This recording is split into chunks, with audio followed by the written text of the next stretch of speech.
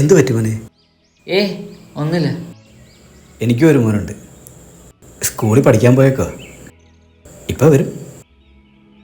അവനെന്ത് സങ്കടം ഉണ്ടെങ്കിലും സന്തോഷം ഉണ്ടെങ്കിലും എന്നോട് വന്ന് തുറന്നു പറയും. അവനെപ്പോലെ തോന്നിയതുകൊണ്ട് പറയുക. എന്തെങ്കിലും സങ്കടം ഉണ്ടെങ്കിൽ പറയടൂ. മനസ്സിൻ്റെ ഭാരം പകുതിയാവും. ഒന്നുമില്ല, വീട്ടിലെ കാര്യങ്ങളൊക്കെ ആലോചിച്ച് ഇവിടെ ഇരുന്ന് പോയതാണ്. അച്ഛൻ്റെയും അമ്മയുടെയും കല്യാണം അന്നൊരു സംഭവമായിരുന്നു, പ്രേമമായിരുന്നു. അതോടെ അച്ഛൻ്റെ വീട്ടുകാരും അമ്മയുടെ വീട്ടുകാരും ഞങ്ങളെ പാടെ അങ്ങ് ഉപേക്ഷിച്ചു.